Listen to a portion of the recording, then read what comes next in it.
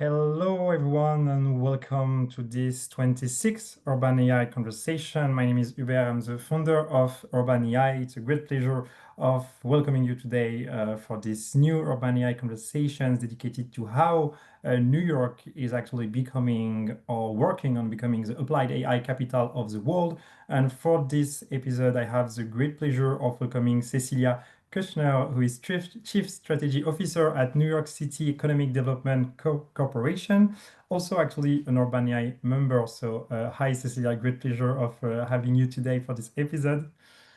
Just a few words before about Urban AI. What is Urban AI? It's a global organization dedicated to the emerging field of urban artificial intelligence. We federate a think tank with which we are doing research, experiments, and producing knowledge in this field of urban artificial intelligence. We also federate a community of now a bit more than 200 international worldwide experts working, doing research at the intersection of AI and city, exactly as Cecilia.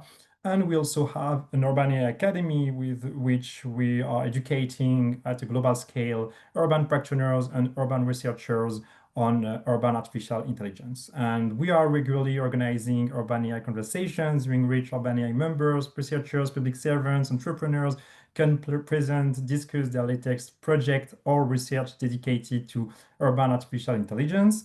And for this conversation, we will discuss with Cecilia Kushner how New York City is becoming the applied AI capital of the world. We will first have a presentation by Cecilia, 15-20 minute presentation, and then we will have a conversation. Cecilia, the floor is all yours.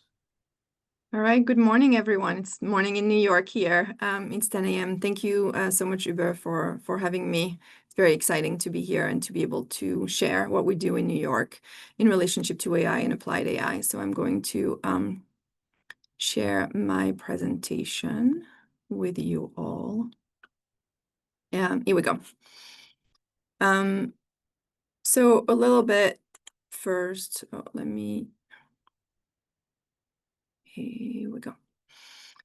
So just a little bit about how we define AI, and really our focus in New York City is on applied AI. So it's the application of large language model to real world problem. So it's really the business meeting of an issue, a business issue, or a non-for-profit issue for that matter, with this new technology. And so our approach is very broad. And you'll see what I will present to you touches on workforce, on education, on innovation itself, and on opportunity to accelerate the adoption of AI for industry or medium and small businesses who may otherwise not be getting on the speed that the transformation and the economic transformation that is happening is bringing to them. So about a year ago, we released New York City Artificial Intelligence Advantage. This is our seminal report. When we issue reports like this at the Economic Development Corporation, we are the economic development arm of the City of New York. So our job is to grow, diversify the city's economy, and create good jobs for New Yorkers.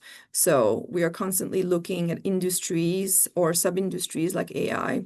We're going to transform our economy over the long term and making strategic investments for the city that we believe are going to be like the core components of being able to grow jobs sustainably and equitably here. And so this is our strategy, and generally our strategy lasts for like 5 to 10 years. They're meant to be like a very long-term view on this industry and how they will engage with the New York City's economy. So to assemble this strategy, we talked to a little over more stakeholders, people who work at universities, people who have startups, large companies like OpenAI, for example, who just opened an office in New York. We also talked about startups as well as businesses that are interested and intrigued by the potential of AI, but haven't made a decision themselves on how to use the tool. So we identified 3 different goals for New York. The first one is to establish our city as the global hub for applied AI. So California and Silicon Valley will always be the place where innovation in the technology itself is coming, but we think New York is where this innovation will be applied to real world problems and to real business opportunities. And so that's our ambition and our mandate. We want to make sure that no one is left behind in AI. So that means making sure that all of the industry and any type of business, small and large, has an opportunity to really think through how to benefit from AI in terms of business opportunities and efficiency within their business. And then we want to make sure that we build the most diverse AI-ready workforce. We have a lot of potential in New York. We obviously have an incredibly large and diverse economy. And so we think that makes it really interesting for AI companies because they can apply their technology to a very wide range of buyers. We have a very deep talent pool. Part of our report showed that we already have today about 40,000 people in the metro areas that have AI and AI-related skills. And we're actually the region in the city that is producing the most graduates of AI-ready degrees over the last 5 years. So we really have talent, and talent is often the foundation for economic growth in new industries. And then we have more job posting right now than San Francisco. So we've already seen kind of like the volume of applied AI jobs to move from the Bay Area into New York City over the last 5 years. And these jobs are being posted and being snatched extremely quickly. And then we have a lot of institutions of higher learnings who are now offering degrees at all levels that are making sure that the workforce is AI ready. And we have big tech, and we've had big tech for the last 10 years here, and they have offices dedicated to AI. And finally, we have a very robust startup ecosystem. We're the second largest startup ecosystem globally for tech. And we're really seeing AI investment and VC firms investing in AI coming to New York and spending more of their money here. So we felt that those were incredibly strong foundations on which to propel the continued growth of AI. This is just quickly to talk about AI-ready degrees granted, and you can see how New York City is faring against other large metropolitan areas. So we're really leading the way in that space. And so this is what we are already doing in AI. I won't go through all of those, but basically in New York City over the last 15 years, and our organization in particular has spent a lot of effort, a lot of money building tech in New York City. I think the creation of Cornell Tech and bringing a new university in New York on applied science, I think, is one of the most well-known projects that the city worked on over the last 15 years. But we've done a lot of investment in workforce, in support of entrepreneurs, and especially diverse entrepreneurs, into getting into tech. We are also doing a lot of investment in life science, where AI is a really important component of accelerating diagnostic and the discovery of new treatments. So we have made a lot of investments that are AI adjacent for the last 10 years that really have accelerated the ability of New York to transition into this new industry. So this is kind of our foundation. And so I'll walk you through each of the goals that we have in the report and the strategies we are currently putting in place to meet the ambition of being the global hub for applied AI. So the first thing that was important to us and that came through in all of the interviews is that all of this great work is happening. A lot of talent is coming here. A lot of investment is coming here. New startups are being created. However, because of the importance of the Silicon Valley and the big large language model and AI development that are happening on the West Coast, New York City's brand as an applied AI hub is really misunderstood. And a lot of people within the New York City ecosystem felt that the story of New York was not told well. So one of the first things we wanted to engage is really to promote New York City as a leading hub of AI innovation and really celebrating and elevating all of the great work that's happening and the companies that are coming here. And the second one was to create an advisory council made up of businesses to really allow us to hear in real time how the technology was changing, the types of barriers that AI companies were finding in terms of application or business opportunity, so we could be really nimble. in our strategy. So those two things are ongoing. And then we really want to focus, as I mentioned, on health and life science, because we are a global hub for health and life science. And there's just so many opportunities between the meeting of AI and life science. So these are where our key priorities. So we launched a brand in June. It's called Obviously New York, which we think really speaks to kind of the greediness and snobbiness of New Yorkers, of thinking that we are, the best at everything and the best city in the world. And it's really a brand that we created with Tech NYC. Tech NYC is the tech association in New York. So a lot of AI companies, both big and small, like they're kind of like the epicenter for startups in New York. It's really a partnership, and we were able to unveil the brand at the New York Stock Exchange, which was like a really great event. And we've seen already a lot of New York City companies like embracing it, and we're like, we are in New York for these reasons, and just beginning to tell their story of why they decided often to move their company from the Bay Area into New York, which is often a decision that they're making about wanting to be in New York itself. So it's about the talent, it's about the diversity, it's about the opportunities to meet other businesses, it's about the fact that the tech ecosystem is broader and more comprehensive. Like half of the people working in tech in New York City are actually not working in a tech company. They're working in a non-tech company in a tech role. And so it's all of these elements that really make us attractive for AI companies and AI startups. So we're really going to continue to amplify the brand and tell the story as to why people should come to New York and invest in New York. And then we are going in the fall to start bringing together our advisory council as well. So really excited about these efforts. Our number 2 goal, and I'll spend a little bit more time on that, was just to make sure that we, one, support startup creation and the creation of companies and jobs with AI in New York, but also that we facilitate partnerships between AI startups and what we call legacy industries. So industries that have been in New York for a really long time, employ a lot of New Yorkers, retail being one of them, or like the non-for-profit sector, or like the legal profession. But all of these companies may not be large enough to know how to purchase and engage with AI, may not know what type of talent they need to hire. So we just want to make sure that they're not being left behind in the conversation, and that we don't have like the haves and the have-not in terms of AI transition in the coming decades. So that has been really our priority, is to develop a program that supports the adoption of AI across New York City's industries, and at the same time support startup founders, and especially underrepresented startup founders, so they can leverage AI as a way to grow their company and as an AI company in of itself. So we came up with this concept, which is called the AI Nexus.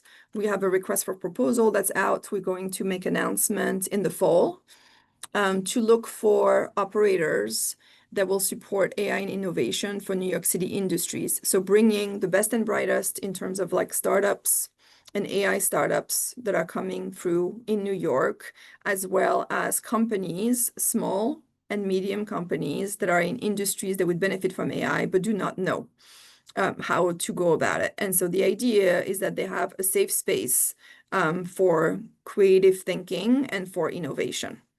So our goal is to have about like 25 companies running through the AI Nexus about every single year, and to serve 3 to 5 local sectors. So again, the goal for those sectors is not to be fintech, with like a AI leader already, but more sectors who are having a hard time catching on. So the non-for-profit sector could be one of them. Small mom and pop retail could be another one.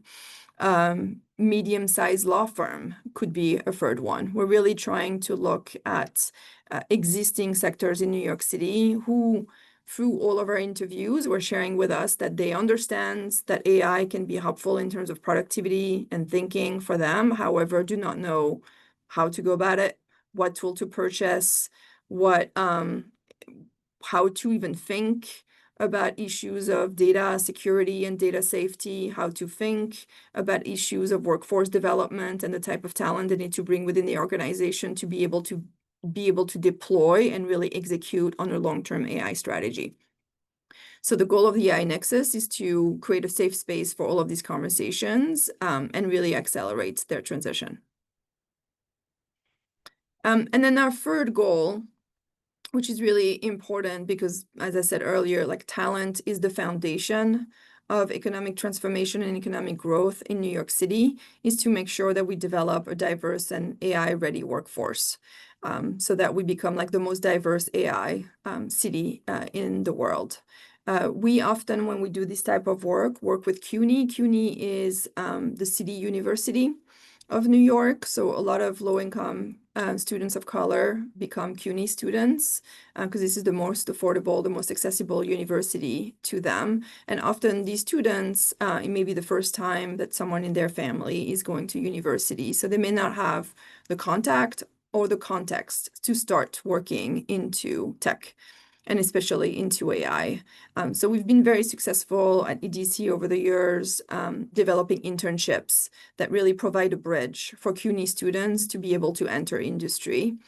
And so that's one that we're just starting this summer. We have about 90 students, most of them from CUNY, who are in startups, AI startups, and it could be a climate tech startup, it could be a life science startup, it could be a general AI startups. But the point is that they are understanding what it means to work in an entrepreneurship environment, in a startup that's really at the cutting edge of innovation. And we also have students that are being placed in VCs, so they can directly understand how is innovation being resourced in the capital market in New York City. And we now have 1,200 VCs in New York. So we've really become like a really large VC capital globally, and especially focused on tech. And so that's also an opportunity to pipeline this talent into this growing piece of the economy.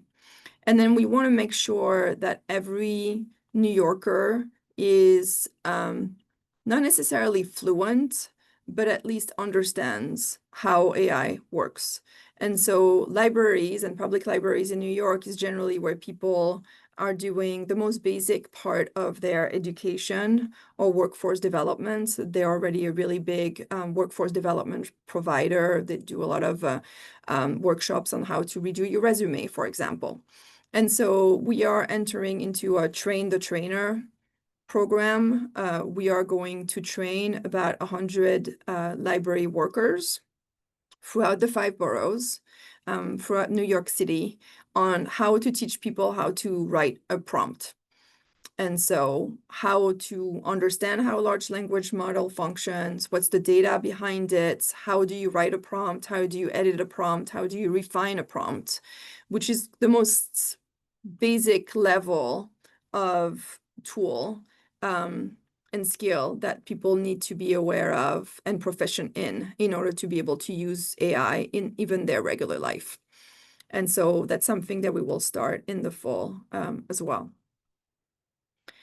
So again, this is a little bit more about the 2 programs. Our goal with the startup internship program is to place about 750 students over the next 4 years.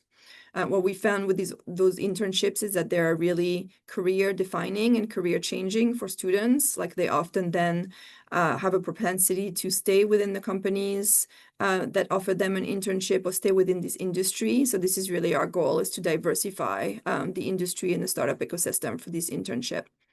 And then with the libraries, again, our pilot is to train about 100 library staff across the 5 boroughs for them then to be able to talk to New York City residents about large language model. So that's it for me. I'll stop it there, maybe stop sharing, and happy to take any questions. Thank you. Thanks a lot, Cecilia, for the super interesting presentation on the strategy of New York City to become a applied AI capital of the world.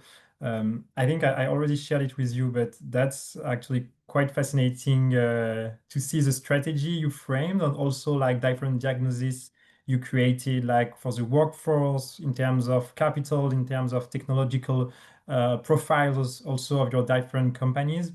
So that's definitely super interesting indeed. Maybe several questions to keep exploring and going further on some elements you shared.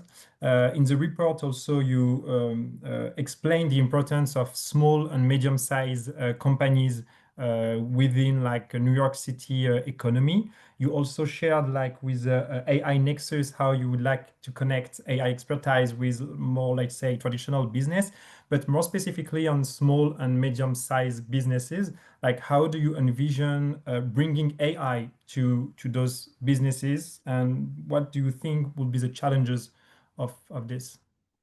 Yeah, absolutely. So as you said, like part of like what we believe is a strong economy is an economy that has a wide range of industries and then a wide range of size of businesses. So that like is how we define the health of New York City's economy. So it's really important that the AI transformation does not mean we lose small businesses or medium-sized businesses, but instead they probably have like a lot to gain in terms of productivity.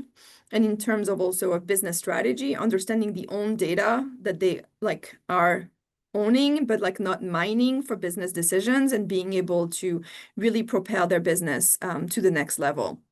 And so that was our overall goal. The way we're thinking about it is that we will do a general call for small businesses that want small and medium-sized businesses that want to participate. We'll also work really closely with the chambers of commerce. We have different chambers of commerce in each of the boroughs, and they're continuously in dialogue with businesses.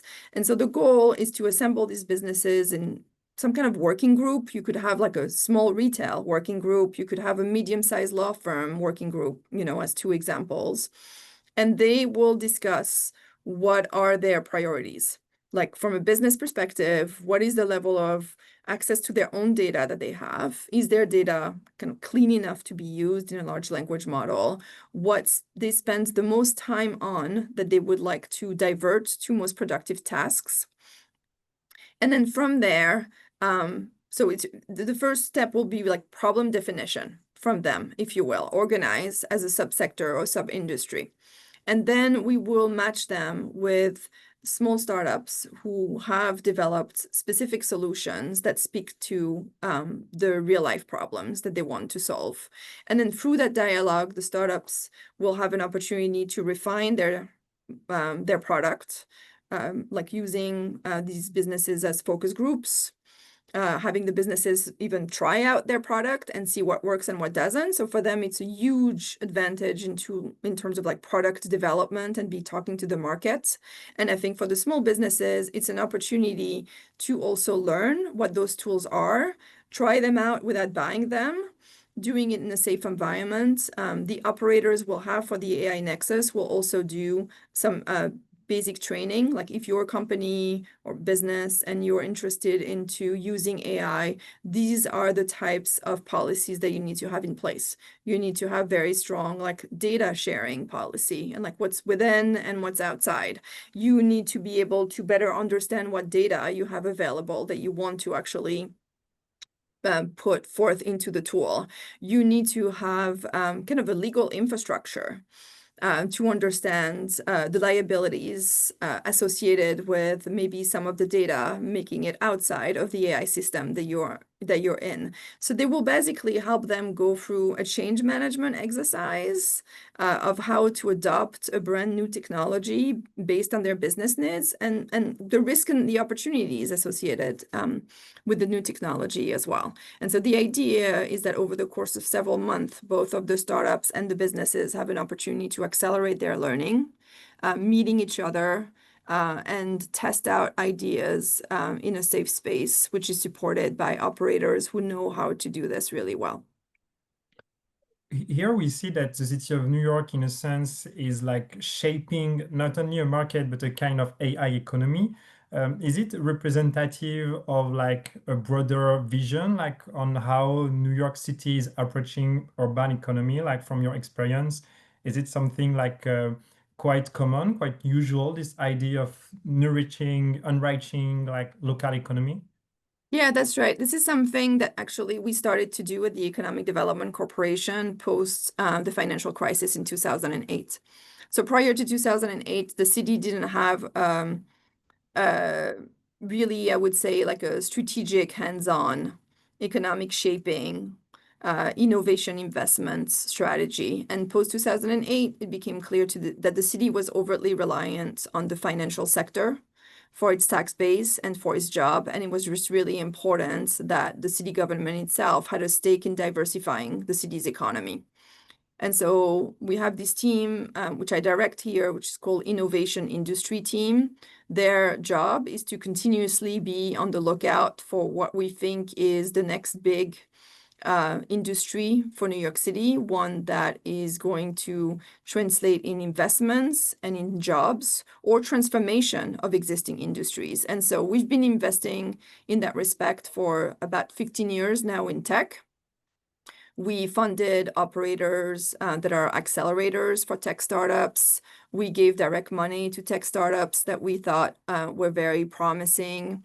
We funded academic programs at top universities, really just accelerating their investment, for example, in cybersecurity, which now has a lot of jobs in New York City. We attracted Cornell Tech, which was a prominent with Technion leader in applied sciences, because we felt that New York City universities lacked in depth of commitment towards applied sciences and were more interested in basic research. So we've been doing that with tech over the last 15 years and very successfully. We're also doing it in life science over the last 10 years. So we've funded labs. We've invested in companies. We've used city-owned land to develop commercial life science space. We've developed a lot of internships. We've passed through more than 1,000 students into life science jobs over the last 4 years. So again, a wide range of strategies from workforce, education, innovation, real estate, core infrastructure. And then we're also doing the same thing on the green economy. We released a Green Economy Action Plan about a couple of years ago, and we're doing this for building decarbonization, the energy sector, micromobility as well. So our investments are small in the great landscape of New York City's economy, but we're trying to be really targeted, very focused, come fairly early in the hope that we can really be catalytic and change the conversation and beginning to create an ecosystem and really send a message to the world that we are the home for this industry and for these talents, and that they should come here and invest here. And you're not only creating, I mean, it's already quite huge, but you're not only creating like economic progress or innovation, because we see it like with this plan, you're really highlighting the role of inclusion, like with students like from all backgrounds, small and medium-sized cities. I think you have one of the goals which is entirely dedicated to women inclusion. Is it something that is like in your DNA on how you envision economic progress being also like as broad as possible? Yeah, that's right. That's something we've looked at, I want to say, for the last 10 years. I think when we started to do economic development and innovation investment, starting like post-financial crisis, we were not so much focused on who is benefiting from economic transformation. And then it became clear over the years that the tech industry had grown tremendously and was mostly male and was mostly white. And so it felt that we are one of the most diverse cities in the world, and we have talents that come from everywhere. And so that economic development should reflect the diversity of our city, and that like our diversity is really our economic superpower. And we should really just build on it and milk it. And so the only way to successfully do that is really to have specific programs that are targeting these populations that are underrepresented and trying to like uplift them. So we have Founder Fellowship, which is a very successful startup entrepreneur support program, which is dedicated to underrepresented startup founders, the women and people of color. We really often, when we have internship, as I mentioned, target CUNY students, because they truly represent the the full diversity of the New York City population. As you mentioned, we have Women.NYC. That's a program that's dedicated to uplifting women, specifically in industries like the green economy, life science, and tech, where they are underrepresented, or they may be represented at more junior roles and they're underrepresented in senior leadership roles. And so we're constantly making sure that our programs are targeted to populations that otherwise may not benefit from the economic transformation that is ongoing in the city, to try to kind of correct course. And we formed also the Venture Access Alliance. These are about 100 VCs in New York City who have all pledged to do better on diversity, meaning hire more diverse people to make investment in their firms, because we know that like the more diverse the investors are, the more likely they are to make investment in diverse startups and entrepreneurs. And also to work together to do better on investment in diverse entrepreneurship. So these are really important goals, and it's really completely related to the economic development impact itself. That's really super interesting to see that you consider diversity as a huge like strength, richness, and that it's something that is reflected on your different economic plans, including actually this one on AI. And it actually maybe bring me to another question on workforce. So there is this super interesting actually chapter where in the report you explain that some job will be replaced, augmented, created. And so it would be super interesting to hear more about your vision, like, and your opinion. What would be the job of tomorrow that do not completely exist yet today? Job maybe that will be replaced, and also how some jobs could be augmented.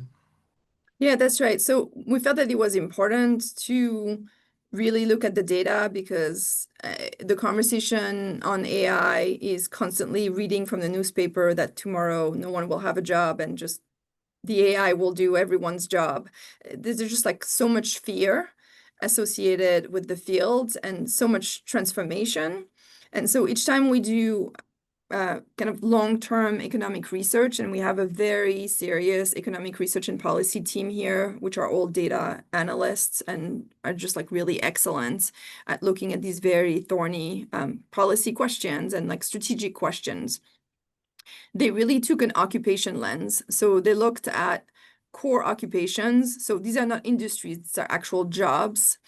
And what percentage of that job could be done by AI in the next 5 to 10 years. And so you have occupations that are like very susceptible to being eliminated because AI will be able to do the job. It does not mean, and we know that like just because technology makes something possible, that like a company or an industry is actually going to make that transition. There's just a lot of business decisions that are in that space, and generally like a quite long delay, unless you're Amazon, between the moment where technology affords something and the moment where you actually adopt it as a business. But there are some occupations that are greatly at risk because AI will be able to do them almost fully.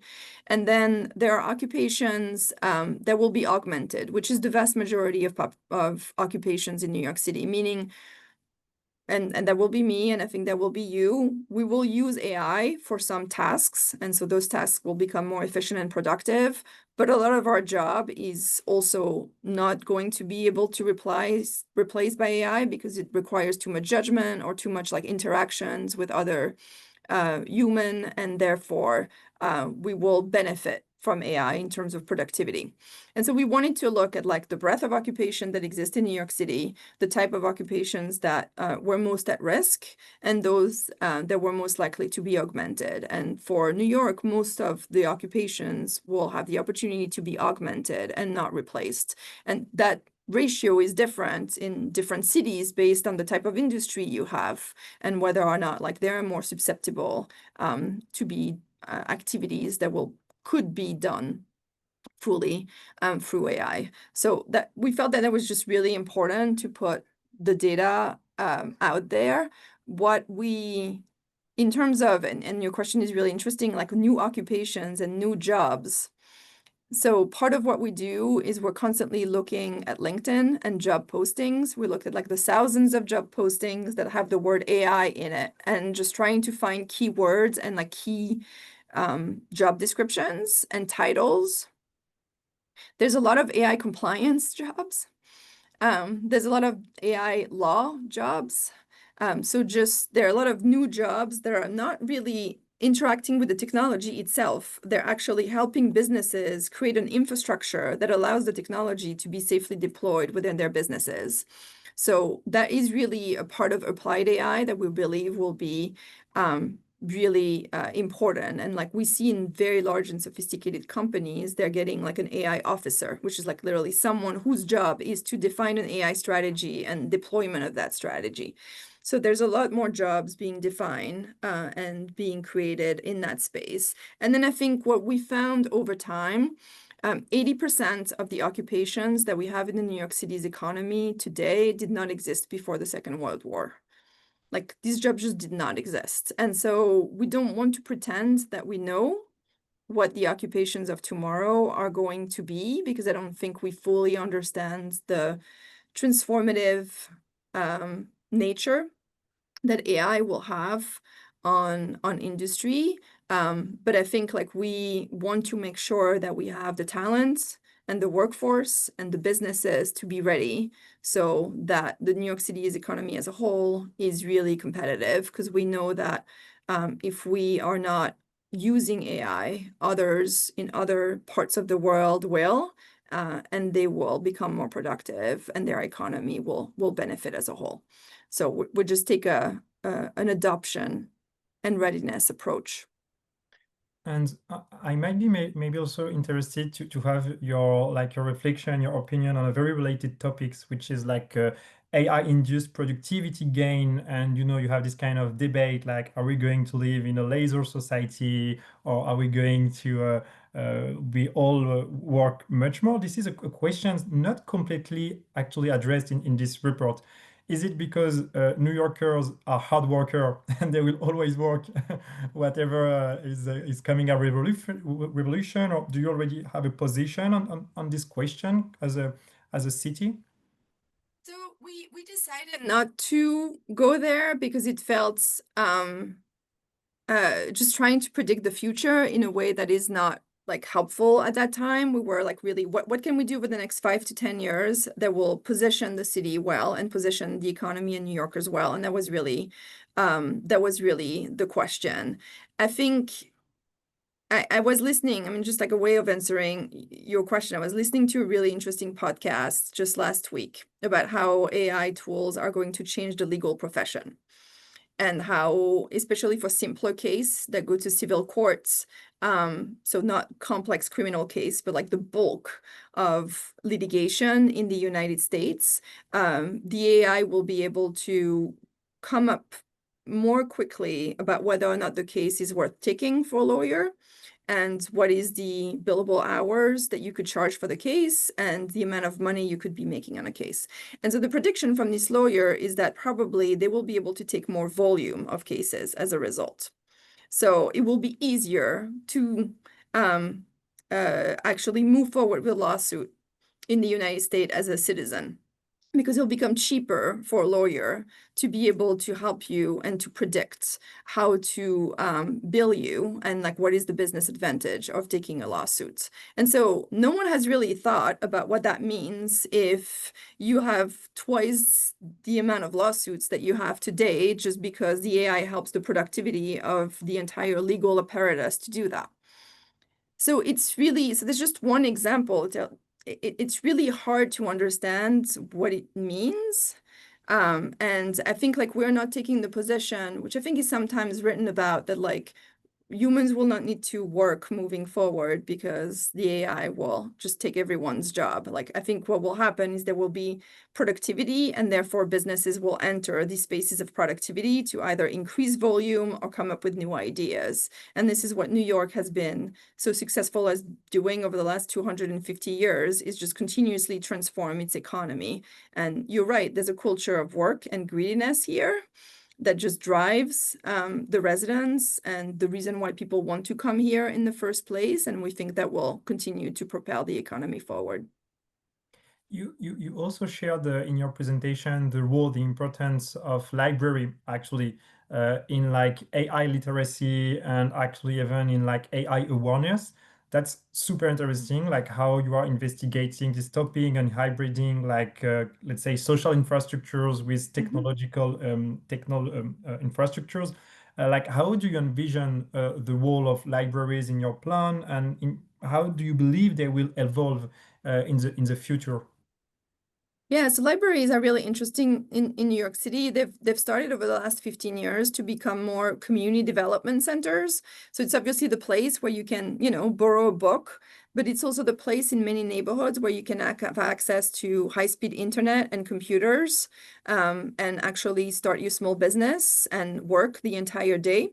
And they have a lot of programs that have helped people successfully launch their small business or just be more workforce ready. So they're already very much an infrastructure of community development and workforce development. And so we felt that it was really interesting to partner with them because they are literally everywhere. And there's a high level of trust between people entering their libraries and asking their librarians for support with doing their resume or being able to access some city websites because they want some kind of support from a city agency. So librarians are already used to be navigating a lot of practical questions for New Yorkers.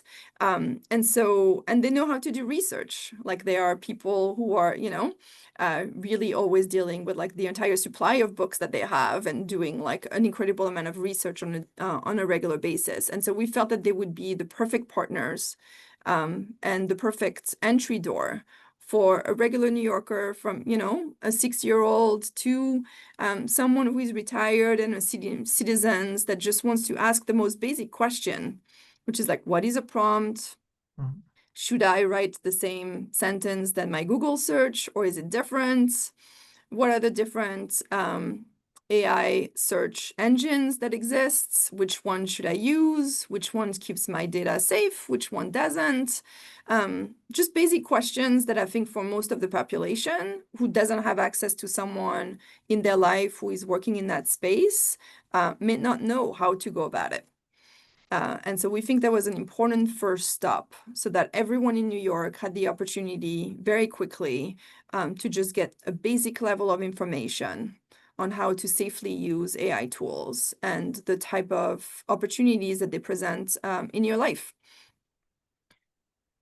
So first, thanks for sharing this, because that's super interesting to see this role, this technological role of libraries, almost like, as you said, maybe social infrastructures. And I'm also wondering, like, we're working at Urban AI on screenless cities, so this idea basically of bringing closer people to people. And in what you're sharing, we're saying that education, capacity building through library is something that is in person, not only screen-based, and this is something we could think about when we are talking about AI capacity building. Is it something you are working on, let's say, this idea, of connecting people physically? And I'm also asking you this question because I have in mind this super interesting paper from Diana Lind, actually based in New York, and she published it last year on human doom loop. So the fact that we are more and more, behind our screens. And so I'm wondering if, like, is it something you're investigating, or you have in mind basically to put people, connect them together physically in a sense? Yeah, I think in all of the strategies that we have as part of the AI Advantage report and commitments moving forward, there will be a hybrid component or like an online component as well as an in-person component. Like the AI Nexus, for example, where startups will meet with existing businesses, is going to have a physical space. So these businesses will meet with the AI entrepreneurs like as people. I think it's really important, especially in a tool that is so new, where there's a tremendous amount of mistrust and like a really like big education gap between the people who know how to use it and then at the forefront of it and the folks who like know very little, except maybe they downloaded ChatGPT on their phone and played with it twice. like the in-person dialogue is really important to really build trust and to build innovation. And so that's a similar thinking with the library, where like people may not feel comfortable following a tutorial on YouTube, but they will feel comfortable having a 10-minute dialogue with their librarian about how to use ChatGPT or Claude, for example. And similarly with the internships, like they take place in person mostly, because the companies have to be, in order to qualify to be part of the internship, they have to be located in New York City, they have to have an office, they need to be able to like accept and welcome the interns in person. So it's how do we use the human connection to actually like leap us forward with the technology, I think is the right balance that we're trying to find. Even the launch of the brands that we did for obviously New York, like we did it together at the New York Stock Exchange. And I think that was everyone's memory of it, was to actually being physically together in a very historic building in New York that really represents like the core of New York City's economy. In the report, you also share at the end the importance of ethical AI. And I'm asking this question because it's definitely related to like also being inclusive in a sense, this idea of bringing physically those people around the table. In your own opinion, what does it mean, an ethical artificial intelligence for the city of New York? Yeah, I mean, I think like our core belief first is that unless many people are part of the conversation, and as many people as part of the conversation in terms of business and individual on the workforce side, we will not reach an ethical AI environment. I think like the concentration of power in only the folks that know how to use the tool is kind of like the first barrier to being successful in that space. And then you mentioned several aspects of it. I think some of it is the diversity. I mean, like a lot of the issues with AI have been that like it is not good at reading kind of like non-white face or like non-white part of history or culture. And the only way that's going to change is if you actually have a diversity of people that are working in the field and are bringing like their own set of experience into it. And similarly, in terms of like the economic benefit and making sure that like in terms of the workforce and in terms of the entrepreneurship, like we have a diversity of New Yorkers that are representing and benefiting. Also, that only comes through actually participating in the field itself. And similar about like who is left behind and who has an opportunity to do it. So by raising the level of education, you raise the level of innovation that the field has to meet. Because similarly, a small business will know what AI tool to purchase because they will have participated in the AI Nexus, for example, and they will understand what data they want to share, what data they don't want to share, as a very basic example. Because a huge part of what people are concerned about is the amount of revenues that AI companies can create by just like milking everyone's data on a regular basis. Well, that can change if everyone is educated enough in deciding what to approve or not to approve when they download an app, and what questions to ask and what question not to ask, because you don't want it to be in the public space. And so we can't get to a level of success on that topic if we continue to have a mostly uneducated workforce and a mostly uneducated business that are just trying to find their way into a very complex set of application and innovation. And so raising the bar for everyone, we believe, is the most material way of moving this forward. Okay, super interesting. So your conception of ethical AI, it's not only like internal guidelines or ethical guidelines. It's really like by upskilling the New York City workforce, by really investing in a sense like New York City ecosystem people so that they have a voice, so that they can, in a sense, enter those companies, retrain data, frame AI, and really create, in a sense, a more shared artificial intelligence, more equitable AI. That's right, exactly. And how to AI is a tool, so it should work for you. You should not work for it.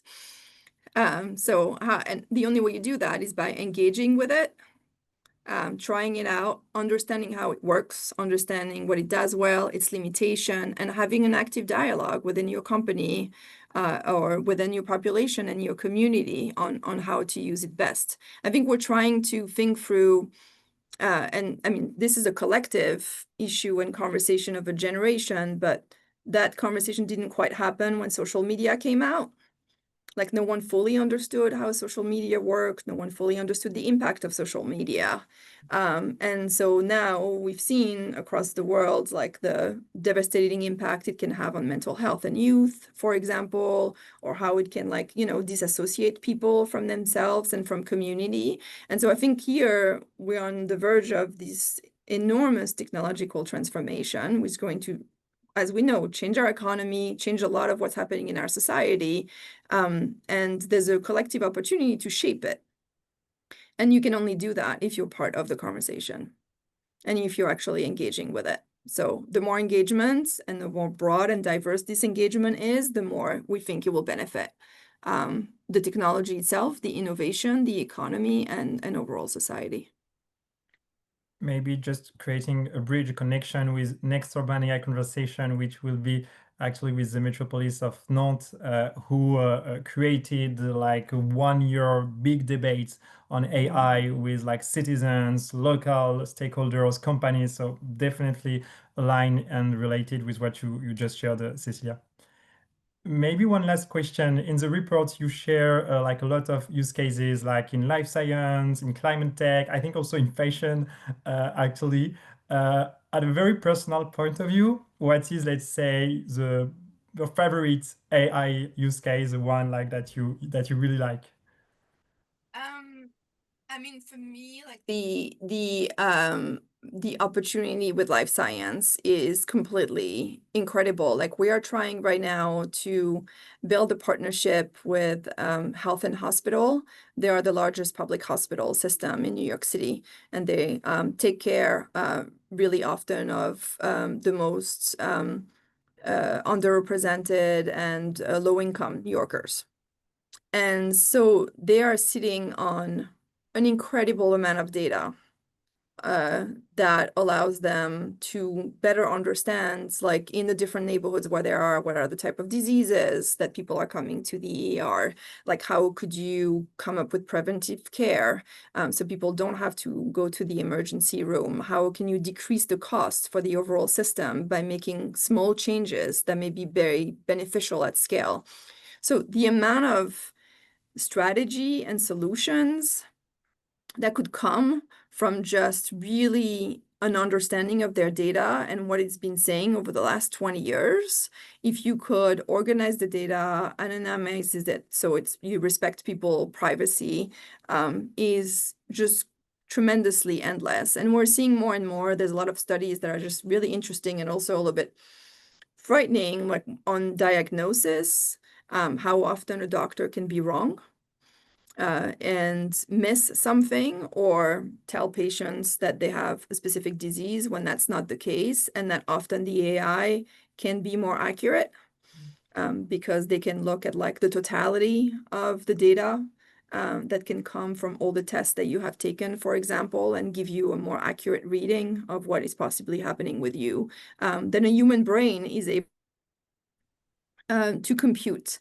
And so we think that, like, individualized medicine, the ability to get to a diagnostic, especially on rare disease, faster will be improved, and that the ability to come up with treatments that may be working for you, even if only a few people have ever benefited from them throughout the country, should also be accelerated. So we think there's a tremendous opportunity here, and that's why we've invested in the Chan Zuckerberg Foundation, for example. Like, they invested $250 million in New York City with prominent scientists and researchers from Columbia University and Yale and Rockefeller, so free institution bringing, like, their biggest brain on immunology and immunotherapy, so trying to understand how the immune system responds to diseases. Like, it's a little bit of a supercomputer we have inside of us that understands how we would react to something, and how can you really use this intelligence that's in each and every one of our body to cure disease and to diagnose much faster. And so they're using AI as one of the core tool in their discovery. We've invested $10 million in that enterprise over the next decade.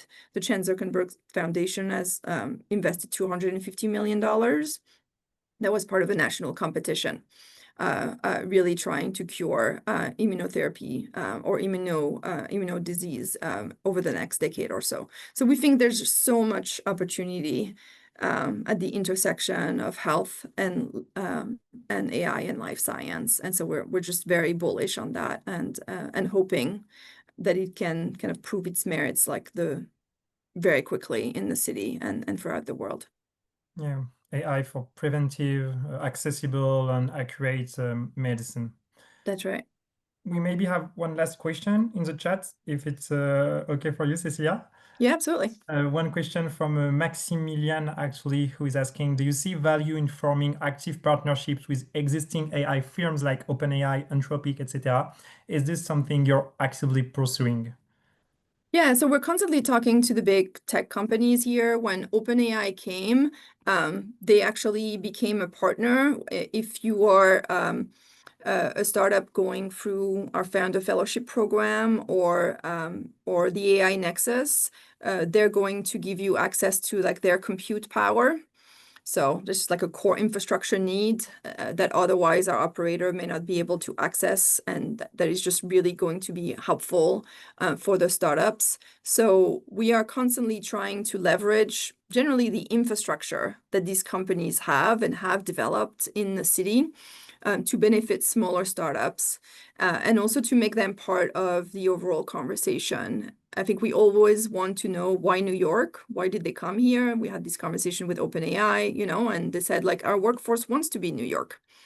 And so many applications of AI are going to happen in New York because we are the city with the most headquarters in America. So we're trying to understand why they're here, what are our strengths, what can we do so that they can grow here and grow well, and how to make them active partners in all of the programs that we're doing, from taking interns to sharing their compute powers to help us think about what the next frontier of innovation may be here.